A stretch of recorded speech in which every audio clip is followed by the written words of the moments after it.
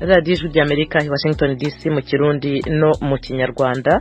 Amakuru yacu tuyakomereze ku bibazo by'Uburusiya na Ukraine. Iyi ntambara y'Uburusiya yagabwe kuri Uburusiya bwagabye kuri Ukraine ikimara kuba. Mugenzi wacu Veniste Nshimiyimana yavuganye n'umushakashatsi muri politiki mpuzamahanga mwarimu Omar Kalfan amubaza igisobanuro cy'imvugo ya Perezida Putin wemeza ko ingabo ze zinjiye mu gihugu cya Ukraine zijyanywe no kuvanayo ibirwanisho. Perezida Biden kuba avuga ati Uburusiya buzabazwa ibibera nangwa se ingaruka zirimo kubera muri Ukraine, no kuvuga ngo ni nkaho arimo kubwira Putin ati intambara ushoje. Urabona nk'ubu Minisiteri y'Ingabo hano muri Leta Zunze Ubumwe za Amerika yamaze kugaragaza yuko iriya ntambara koko ni nk'ubu yatangiye, ariko nikomeza izagwamo hafi abasivili 50,000 nangwa se hagakomereka n'abandi benshi. Urumva rero ibyo nibyo Biden avuga ati kuba ingaruka z'intambara Uburusiya butangije muri Ukraine buzabazwa nyine Uburusiya. Iryo ni ijambo nyine rya politike rivuga riti nyamuneka, ni nkaho yamubwiye ati nyamuneka ibibazo ugiye guteza wabyihoreye. Ariko ikigaragara rero nuko Putin biragaragara ko yamaze kwiyemeza ngira ngo n'ijambo rye yavuzemo ibintu byinshi. Anavuga ko igihugu cyose cyakwitambika cyazahura n'ingorane zitigeze ziboneka mu mateka y'isi. Aho ni nkaho yavuze ati rwose n'intambara ya gatatu gena abanyiteguye, kuko urumva yavuze ati igihugu cyakwitambika nangwa se amahanga yakwitambika mu byo ngiye gukora muri Ukraine, yabona ikibazo yayigiraho ikibazo, icyo gihugu cyagira ikibazo kitigeze kigaragara mu mateka y'isi. Aho rero urumva nyine icyo ashaka kuvuga nk'umuntu nk'igihugu kibitse intwaro kirimbuzi umubare munini ku isi. Ibyo byose Putin arabibona, ariko ngira ngo ikigaragara ni uko intambara yari yemeje kandi yayitangije. Ngira ngo hano hari umusirikare muri Leta Zunze Ubumwe za Amerika niwe ukunze kuvuga ati ibihugu nka Leta Zunze Ubumwe za Amerika n'ibindi bihugu bigiye kurebera ibyo Putin akora.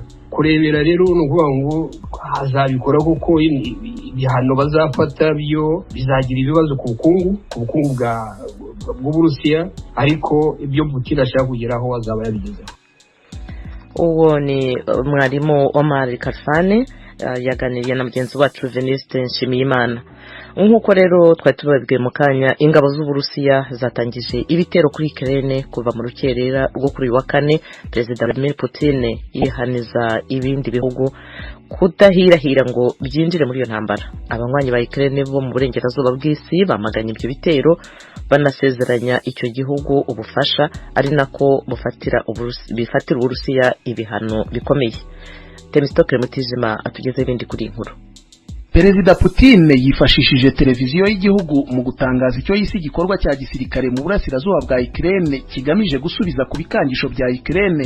Yatangaje kandi ko abarwanyije icyo gikorwa bazahura n'ingaruka batari bwabone mu buzima bwabo. Perezida wa Ukraine Volodymyr Zelensky yatangaje ko ingabo z'Uburusiya zarashe ku bikorwa remezo bya gisirikare by'igihugu cye no ku barinzi b'imipaka. Yavuze ko leta ishyizeho amategeko yo mu gihe cy'intambara mu gihugu hose, ari nako akangurira abaturage gutuza no kuguma mu ngo.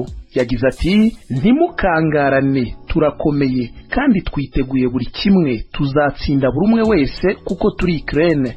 Nyuma yaho kandi Perezida Zelensky yatangaje ko Ukraine icanye umubano n'Uburusiya kandi leta igiye guha intwaro buri wese witeguye kurwanirira igihugu cye. Igisirikare cya Ukraine gitangaza ko Uburusiya bwatangiye kukirasaho amabombe mu burasirazuba bw'igihugu mu rukerera rw'uyu wa kane, ari nako burasa za rokete ku bibuga by'indege mu mijyi myinshi ya Ukraine. Umwe mu bahafi ba Perezida Zelensky yabwiye abanyamakuru ko abagera kuri 40 bamaze guhitanwa n'ibyo bitero. Mu murwa mukuru Kiev rwagati mu gace k'ubucuruzi nta muntu waharangwaga, mu gihe mu turere two guturamo imirongo yari miremire ku mabanki no ku maguriro y'ibiribwa. Imihanda migari isohoka mu murwa mukuru nayo yari yuzuye imodoka zerekeza mu burengerazuba. Imirongo miremire y'abantu kandi yagaragaye ku byuma bibikurizwaho amafaranga, ku maguriro manini no kuri sitasiyo z'ibikomoka kuri peteroli mu mujyi wa Silovyansk uri mu burasirazuba bwa Ukraine, mu gihe abantu bageragezaga guhunika ibyo kwifashisha mu gihe ibitero bya bombe byakomeza.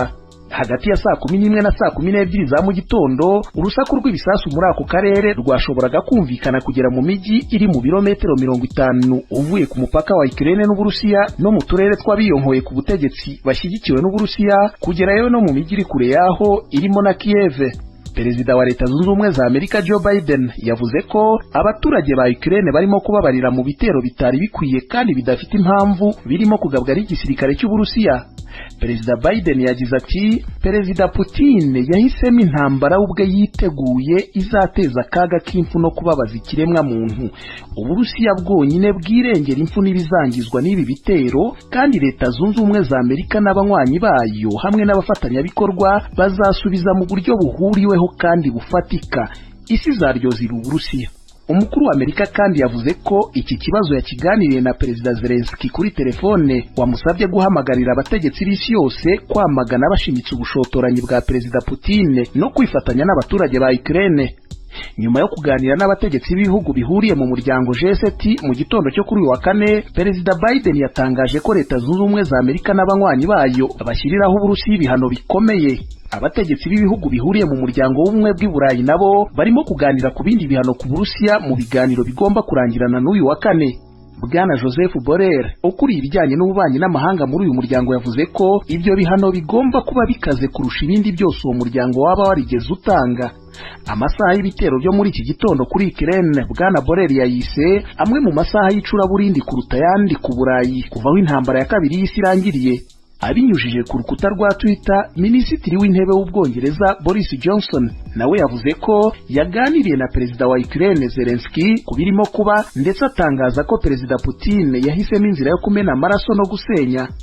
Uburusiya bwamaze amezi menshi buhakana ko butitegura gutera Ukraine mu gihe bwarundaga ingabo 150 n'ibikoresho bya gisirikare ku mipaka yabwo na Ukraine no ku mipaka ya Bielorusiya na Ukraine. Ubutegetsi bw'Uburusiya bwashinje ibihugu byo mu burengerazuba bw'isi guca igikuba ubwo ibyo byabusabaga gukuraho izo ngabo.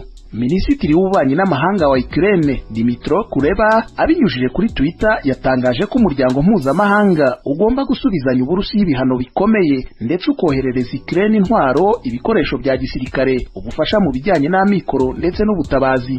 Hagati aho Peter Maurer umuyobozi mukuru w'umuryango mpuzamahanga w'ubutabazi Croix Rouge yahamagariye impande zose zirebwa n'iki kibazo kurinda no kurengera abaturage b'abasivile. Bwana Jens Stoltenberg umunyamabanga mukuru w'umuryango wo gutabarana wa OTAN we ibitero by'Uburusiya yabyise uguhonyora nkana amategeko mpuzamahanga. Kubwe icyo gihugu cyarenze ku miburo kitahwemye guhabwa no ku ngufu zashyizwe mu gukemura ibibazo mu nzira ya diplomasi maze gihitamo inzira y'ubushotoranyi ku gihugu cyigenga. Bwana Stoltenberg ati abanywanyi ba OTAN baraza guhura barebere hamwe ingaruka z'ibikorwa by'ubushotoranyi by'Uburusiya. Twifatanyije n'abaturage ba Ukraine muri ibi bihe bikomeye. OTAN izakora ibishoboka byose mu kurinda no kurengera abanywanyi bose.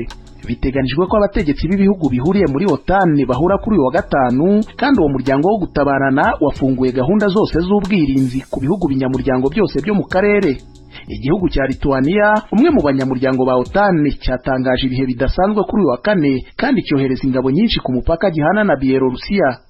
Ijambo rya Perezida Putin ritangiza ibitero kuri Ukraine ryaje nyuma y'igihe gito umunyamabanga mukuru wa Loni Bwana Antonio Guterres mu nama idasanzwe y'akanama ka Loni gashinzwe amahoro n'umutekano ahamagariye Putin kwirinda guteza intambara. Bwana Guterres yari yagize ati Perezida Putin buzi ingabo zawe gutera Ukraine, amahoro amahirwe abamaze gupfa ni benshi bihagije. Akimara kumenya ko Uburusiya bwatangije intambara kuri Ukraine, umunyamabanga mukuru wa Loni yahamagariye noneho Perezida Putin gusubiza ingabo ze mu Burusiya akareka gutangiza intambara izaba mbi kurusha izabaye muri iki kinyejana cyose. Tenistoke Mutijima urakoze.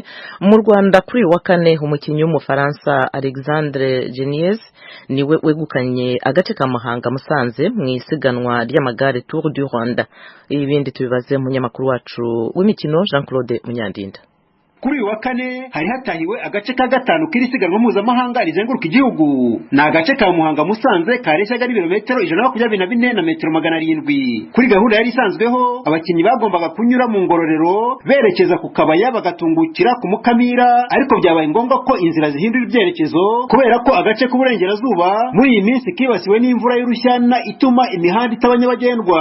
Abasiganwa bavuye Muhanga bajya Musanze banyuze ku giti cy'inyoni. Abakinnyi b'amakipe yose uko ari 18 bari bafite inyota yo kwigaragaza, by'umwihariko abasore b'Abanyarwanda batangiranye morali yo ku rwego rwo hejuru, cyane cyane ko bagombaga gusoreza mu bwatsi bwabo, ni ukuvuga i Musanze aho basanzwe bakambika iyo barimo kwitegura Tour du Rwanda. Byatangiye guca amarenga ko agace k'uyu munsi kari bwerekeze mu bakinnyi b'Abafaransa, ubwo Alexandre Geniez ukinira Direct Energie na Pierre Roland wa B&B Hotels batereraga umusozi wa Buranga beretse abandi gihandure, ku buryo bari bamaze gushyiramo ikinyuranyo cy'iminota 2 n'amasegonda 48 hagati yabo n'abari babakurikiye, barimo umunyarwanda witwa Uwiduhaye ukinira ikipe ya Benediction mu karere ka Rubavu. Abo Bafaransa bakomeje umurego bazamuka kuri Mukungwa bakiri imbiri. Ku murongo usoza Alexandre Geniez yerekanye ko ari indahangarwa mu kuvuguta bimwe bita sprint, yegukana etape ya Muhanga Musanze akoresheje amasaha 3 iminota 12 n'amasegonda 18. Uwamukurikiye ariwe Pierre Roland yahageze nyuma y'amasegonda 3. Umwanya wa gatatu watwaye n'umunyarwanda Eric Manizabayo bakunze kwita Karadiyo ukinira ikipe ya Benediction mu karere ka Rubavu, warushijwe n'uwa mbere amasegonda 19. Alexandre Geniez wegukanye intera ya gatanu ni nawe wari warabaye wa mbere mu gace k'umusogongero cyangwa prologue ku cyumweru. Ku giteranyo rusange classement general, wambaye umupira w'umuhondo n'umunya Espagne Angel Ruiz Madrazo mu ikipe ya Burgos BH yo muri Espagne, ukurikiwe n'umunya Eritrea Nathanael Tesfazion ukinira Androni Giocatori yo mu Butaliyani. Bombi bakaba bamaze gukoresha ibihe bingana. Umunyarwanda uri hafi ni Eric Muhoza wa timu Rwanda uza ku mwanya wa 8 arushwa n'uwa mbere umunota 1 n'amasegonda 36. Bamwe mu bantu basesengura umukino w'amagare barasanga bizagorana ko hari umukinnyi w'umunyarwanda wakwegukana nibura agace kamwe k'iri siganwa ry'uyu mwaka.